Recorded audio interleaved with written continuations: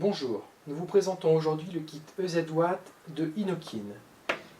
C'est un kit qui comprend une notice explicative rapide, une présentation des différentes fonctions du cléromiseur et de ses valeurs, un top cape de rechange pour le cléromiseur Prism, un câble de rechargement USB micro USB pour la batterie EZ-Watt, une résistance de rechange pour le cléromiseur, un lot de joints de rechange également, et enfin nous avons l'ensemble batterie EZ-Watt ainsi que son cléromiseur, le Prism T20. Alors, nous allons d'abord regarder le cléromiseur. Donc en fait, c'est une évolution du Prism T20, c'est le T20S. Donc la différence, c'est que sur celle-ci, il n'y a pas de capuchon. Alors, nous avons donc le drip tip, le top cape que l'on ouvre afin de procéder au remplissage du liquide. Pour le changement de la résistance, on dévisse la bague en bas du cléromiseur comme ceci. Puis, il y a juste à retirer la résistance qui est emboîtée. Donc là, on est sur des belles résistances, 0,8 ohms, prévues pour des puissances de 16 à 18 watts sur celle-ci. Le kit est équipé de deux résistances, une de 0,8 ohms et une de 1,5 ohms. Donc, nous réemboîtons la résistance comme ceci. Il y a un détrompeur. On visse la bague. Hop, on serre bien. Voilà. Comme ceci. Deux entrées d'air en bas de la bague de chaque côté. Nous allons donc pouvoir procéder au remplissage du liquide. Donc pour la première mise en route, l'important c'est qu'après ce remplissage-là, on attend bien 5 à 10 minutes de sorte que le liquide imbibe bien le coton. On fait couler le liquide sur la paroi interne du cléromiseur, comme ceci. On veille bien à ne pas dépasser le niveau max, mais surtout avoir toujours un bon niveau de liquide, ce qui est important pour avoir une bonne vapeur et que la résistance soit toujours bien humectée. Voilà, donc le niveau max correspond au haut de la lumière en pyrex. On revisse le top cape, puis le drip tip, comme ceci, et le cléromiseur est prêt. On va laisser un peu imbiber le coton.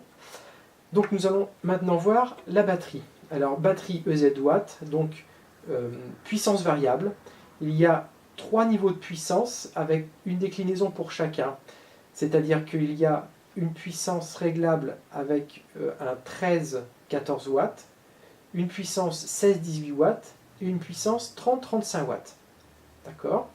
Ici nous avons la connectique de rechargement par micro USB, le bouton Select, le switch Power. Donc comment fait-on ? On déverrouille et on reverrouille avec 3 fois rapide. Donc ce que l'on va faire, 1, 2, 3. Donc la batterie, le switch clignote, c'est déverrouillé. Donc nous allons voir que si on appuie sur le bouton Select, hop, pardon, je l'avais reverrouillé. Voilà, je suis déverrouillé. Donc ici s'allume la lumière du haut, donc qui va correspondre à la puissance 30-35 watts. Donc si je veux passer à la puissance la plus basse, 13-14, je presse le bouton Select, puis le bouton Power, Select et Power, et je passe à 13-14 watts. Je veux passer à 16-18, Select Power, hop, la couleur bleue, 16-18 watts, puis Select Power, la couleur blanche, la plus puissante, 30-35 watts. Alors, avec ce cléromiseur-là, on est prévu pour des puissances de 13-14 watts avec la résistance 1,5 ohm, et on est prévu pour une puissance 16-18 watts avec la résistance en 0,8 ohm. Ce qui fait que la puissance 30-35 watts que peut produire cette batterie ne doit pas être utilisée avec le Prism T20 qui est là. C'est pour une évolution, pour quelqu'un qui veut adapter un autre cléromiseur dessus, la batterie l'autorise. Alors, là, donc comme on a vu, j'étais sur la puissance 30-35 watts. Alors pourquoi 30-35? Simplement en faisant 2 pressions rapides sur le bouton Select, ma lumière va s'allumer soit de façon vive, soit de façon plus atténuée. Donc 1, 2, je suis lumière vive, donc c'est-à-dire que je suis en 35 watts, et 1, 2, je rappuie, je suis en atténué. La même chose pour les autres puissances. Donc, admettons, je vais descendre à 13-14 watts, je rappuie 2 fois rapide sur mon bouton Select ici, hop, la lumière est plus vive, je suis à 14 watts, et 2 fois la lumière est moins vive, je suis à 13 watts. Voilà, comme ceci, ça permet de régler facilement, de façon intuitive, pour notre valeur de charge. Et nous avons un petit rappel ici en dessous de la box qui nous indique les étagements de puissance 13, 14, 16, 18, 30 ou 35. Voilà, donc la batterie est prête à fonctionner. Moi, ce que je vais faire, c'est que je vais la tester avec mon cliromiseur, donc je vais mettre en 16-18 watts. Donc hop, je monte, voilà, et je vais mettre hop, en 18 watts. J'avais auparavant laissé imbiber ma résistance pendant quelques heures, donc là, évidemment, elle est déjà prête à fonctionner. Mais vous devez surtout faire attention à attendre au moins 10 minutes quand la résistance est neuve. Je visse mon cliromiseur et c'est prêt à fonctionner.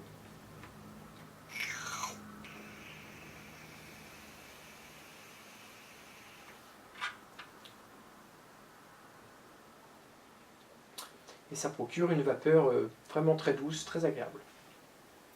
Et voilà, bonne vape à tous.